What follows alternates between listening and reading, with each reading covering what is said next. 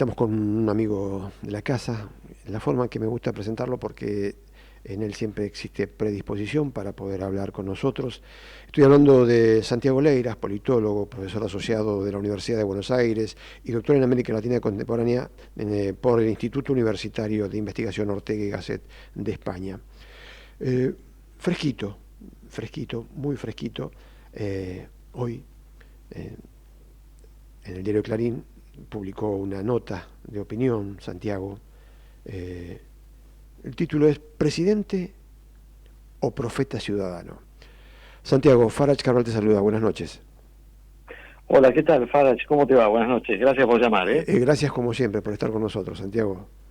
Por favor. Bueno, está fresquita la nota de opinión que hoy publicaste, que entregaste al diario Clarín, y a mí también el título me sirve para preguntarte, ¿qué ves en Milei? ¿Qué ves? ¿Qué es lo que está pasando? Y ¿por qué este título de presidente o profeta guión ciudadano? Mira, el título, en realidad la nota iba a tener otro título porque el tema empezó siendo otro, Ajá. pero bueno, se terminó derivando, como suele pasar a veces, se derivó para este andarivel de pensar, bueno, ¿qué significa hablar de Milei? Mira, yo creo que acá tenemos que hablar de una especie de dualidad que caracteriza no solamente a Milei, sino al propio gobierno, ¿sí? Al gobierno, ¿por qué? Bueno, porque el gobierno, por un lado, originalmente es un gobierno débil, no en términos electorales, pero sí en términos de recursos institucionales, digo, sin gobernadores, sin alcaldes, sin control de la calle, pero al mismo tiempo es un gobierno débil que tiene y ha manifestado una inocultable vocación hegemónica y que la ha hecho conocer de manera muy explícita, digamos, ¿no? Entonces, en ese sentido, el gobierno funciona con una dualidad muy manifiesta también, ¿no? Pero en definitiva, la dualidad del gobierno también tiene un paralelo en la propia dualidad del presidente, ¿no? En el sentido de, como yo decía en la nota, ¿no? El presidente es como una especie de personaje bifronte, ¿no? Es decir, por un lado tenés el Milei, que es como una especie de predicador, de profeta, que se planta desde ciertos principios no negociables, y que los hace públicos, ¿no? Por ejemplo, bueno, él hace público una serie de principios como los que expuso en su momento en Davos, ¿m? Uh-huh.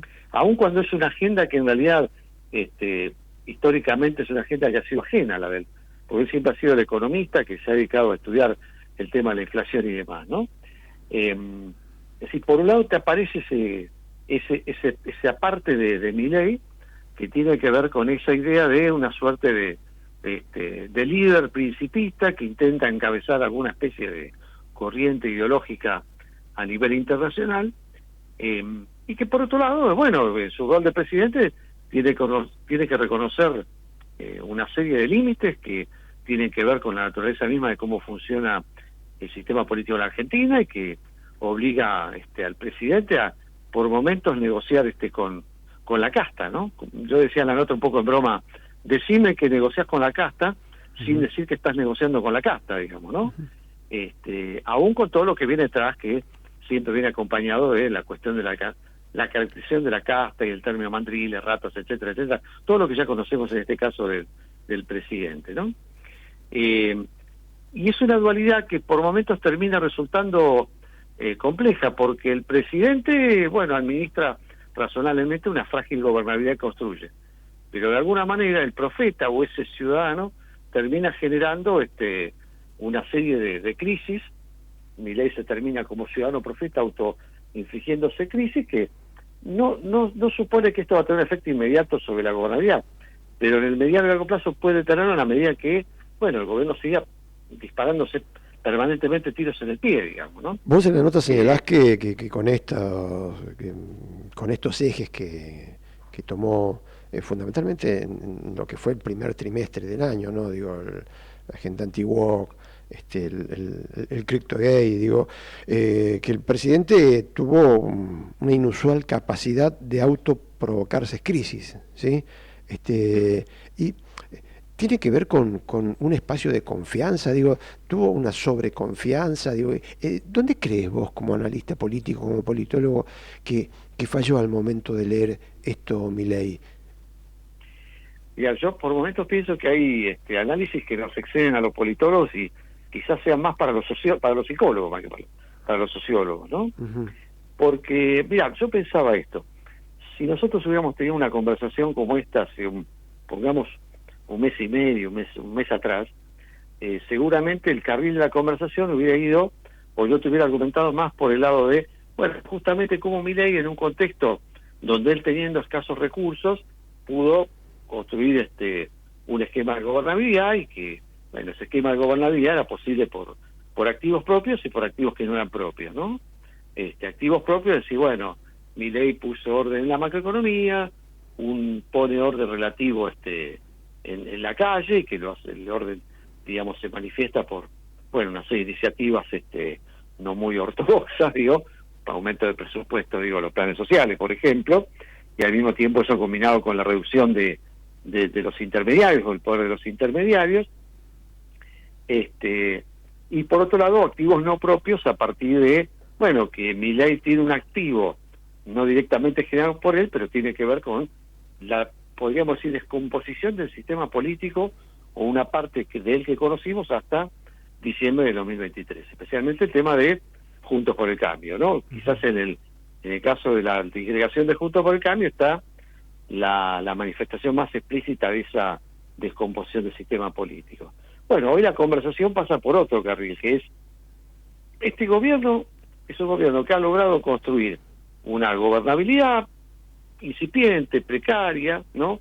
Basada en pilares de estabilidad, sobre todo por la estabilidad macroeconómica, pero a partir de ahí empieza a andar un sendero en el cual empieza a producirse innecesariamente crisis, ¿no? El primer elemento es el tema de Davos, que yo mencioné en algún momento acá, y después vinieron todos los que vinieron después, digo, ¿no? Ujú. El Cryptogate, el episodio del Congreso, con una asamblea legislativa en la cual finalmente se terminó hablando más de el encontronazo, amenaza de Santiago Caputo, el comillas ingeniero del caos de Milei con Facundo Manes, ¿no? Y así, digamos, hay una serie de hechos que tienen que ver con, bueno, un cúmulo de errores que, bueno, de alguna manera despiertan cierta expectativa en una oposición todavía dormida de, bueno, este gobierno no es tan fuerte como lo parece, digamos, ¿no? Ujú. Y en algún momento se le puede entrar de alguna manera, ¿no? Y hay actores que empiezan a animarse, digo, ¿no? Bueno, la CGT está pensando en un paro, que hasta ahora estaba muy con un prudente silencio, ¿no es cierto? Bueno, esos son datos de que te dan una dimensión de, bueno, que el gobierno sigue siendo fuerte, pero ya no tanto, digamos, ¿no? Y que empieza a sufrir ciertos desgastes y que ese desgaste tiene en buena medida que ver con esta especie de errores no forzados, ¿no es cierto? No provocados por terceros, sino que son errores propios, digamos. Eh, eh, Sé que seguís de cerca, te interesa muchísimo hacia tu ser la cuestión política. Digo, hoy en medio de estas movidas, también estamos ya en un espacio inminente de definición electoral. Hoy, mientras desde Juntos por el Cambio, Macri no tiene palabras muy halagüeñas con el presidente, o por lo menos lo que deja trascender no es eso. El presidente recibió en Casa de Gobierno a Santilli y a Ritondo. ¿Se ¿Cómo termina de entender esto? ¿Cómo se termina de confirmar la diáspora? ¿Cómo se lee esto? A ver, en el gobierno manejan una hipótesis que es la de, en realidad, nosotros a Macri no lo necesitamos porque el electorado del PRO ya está en la libertad avanza, ¿no? Uh-huh.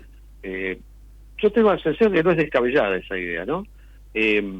Y a partir de esa hipótesis, bueno, me parece que el oficialismo construye una expectativa que tiene que ver con esto que te decía, ¿no? De una vocación de hegemonizar el espacio de la derecha y la centro derecha, en el cual además se ve favorecido por esta circunstancia en la cual de alguna manera es como que hay una parte importante del electorado que puede votar a actores de derecha y centro derecha, en la cual la Libertad Avanza es como el original y el PRO es como la fotocopia, ¿no? Ujú.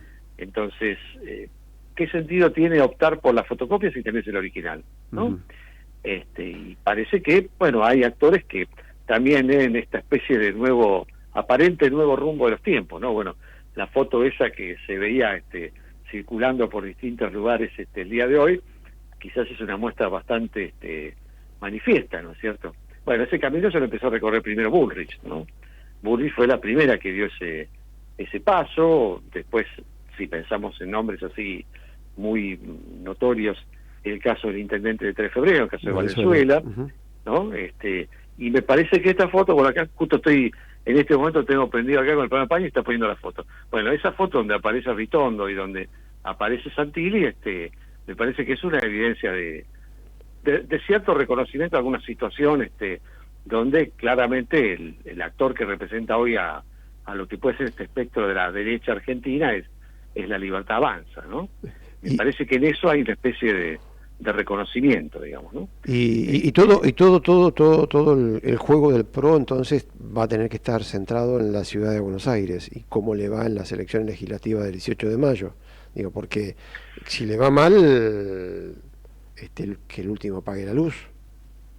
Sí, sin duda, porque además es como, es tu casa, es decir, bueno, es la casa de Mauricio, para ponerlo en estos términos, es la casa de Macri, Ujú. ¿sí? Y en este caso, sí, bueno, él estaría perdiendo en su propia casa, ¿no?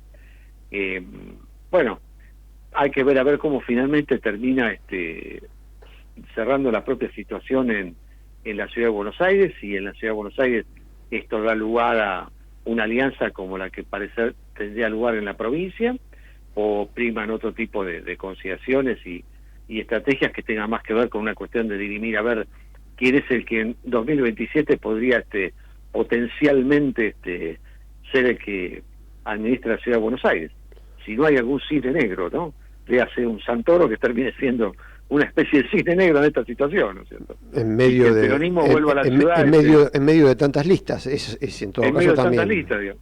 Es decir, pensá que Santoro tiene históricamente un porcentaje que es el porcentaje que históricamente tiene el peronismo en la ciudad de Buenos Aires, siempre alrededor del 25, 30%. Bueno, no es un porcentaje despreciable en un contexto en el cual pueda ir las diferentes expresiones de la derecha y la centro derecha divididas también, ¿no? Esa situación lo hace muy competitivo, digamos, ¿no?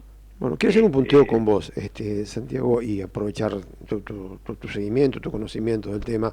Digo, no quiero dejar afuera un partido centenario, digo, la Unión Cívica Radical. ¿Qué, qué se puede leer de la Unión Cívica Radical en medio de todo esto, digo, donde tal vez el principal indicador que tenemos es lo que pasó en la jornada de apertura de las sesiones ordinarias con Facundo Manes mostrando la Constitución, cambiando conceptos con el presidente y fundamentalmente luego apretado, no sé, digo, esas cosas raras que tienen a veces el oficialismo, ¿no? De un Santiago Caputo saliendo al cruce de Manes. ¿Qué se puede esperar de la Unión Cívica Radical? ¿O hay que ver esto también como algo muy fraccionado? Va a ser de provincia, de cada provincia, no va a haber una política o no va a haber una decisión unificada. ¿Qué lectura haces? Mira, el problema del radicalismo es complicado y es complejo porque de alguna manera vos tenés como diferentes versiones de ese radicalismo. A ver, una cosa es el radicalismo que vos tenés, digamos, de Ciudad de Buenos Aires, para ponerlo así geográficamente, que tiene una cara visible, que puede ser la de Lustó, por ejemplo, Uh-huh. que a la sazón además presidente del partido, y otra realidad es la realidad que tenés del radicalismo que administra territorios, el de los gobernadores, ¿no? Entonces, ahí hay un problema. El radicalismo toda la vida ha funcionado como una suerte de estructura de tipo confederal, ¿sí? En el sentido de que cada parte ha reivindicado pertenecer a ese espacio, y como pasa en cualquier confederación, también reivindica su derecho a separarse, ¿sí? Uh-huh. Pero ¿qué pasaba? Lo que evitaba de alguna manera la disgregación de esta estructura confederal era que siempre hubo alguien que articulara, ¿no? para bien o para mal, siempre alguien articulaba. Y lo hizo Irigoyen, lo hacía Alvear, lo hizo Balbín, lo hacía Alfonsín, ¿sí? Bueno, hoy no está ese actor. ¿Quién es hoy el que articula todo esto? Nadie. Porque los gobernadores tienen su juego, Lustó tiene el propio, bueno, Lustó tiene un juego más en términos de plantear una oposición, si querés, más visceral al gobierno, y los gobernadores tienen una posición más, si querés, condescendiente, amigable con el gobierno, por diferentes razones, digamos. La principal es, bueno, los gobernadores radicales y el gobierno comparten en buena medida electorado, si uno se atiene a lo que fue la elección del 2023. Con lo cual los gobernadores no quieren enojarse con el gobierno porque tienen el temor de que ese electorado que votó a Milei se enoje con ellos, digamos, ¿no? Y después hay otras cuestiones ya de más allá de la ingeniería electoral, que son cuestiones más de índole material y que tienen que ver con fondos y transferencias y demás, digamos, ¿no? El problema que tiene el radicalismo entonces es que es una estructura que sigue funcionando como siempre como una confederación, pero que tiene un problema de liderazgo donde, bueno, no hay nadie que pueda recomponer los diferentes pedazos que lo componen, y que además en esa disgregación, bueno, cada actor desarrolla una cantidad y un sinfín de estrategias de supervivencia de acuerdo a realidades locales, digamos, ¿no? Por eso decía, hay como una especie de pelea de, como decía Dani, por ahí, dos almas, ¿no? La de Cava y la de, o si querés, la del radicalismo de AMBA y la del radicalismo de los gobernadores y del interior, digamos, ¿no? Mientras no haya liderazgo, bueno, resulta difícil ver cómo puede el radicalismo resolver esa situación. Al mismo tiempo, el problema es que esa disgregación también inhibe la posibilidad de liderazgo también, ¿no? Bueno, es un problema complicado, ¿no? ¿Por dónde empezás, digo, no? Porque para construir liderazgo tenés que tener una estructura que permita generar condiciones, pero, bueno, si no está la estructura y no hay liderazgo, y si no hay liderazgo, tampoco hay estructura que lo contenga, digamos, ¿no? ¿Por dónde empezar, no? Bueno, este es el problema que tiene el radicalismo como dilema en términos de organización partidaria, ¿no?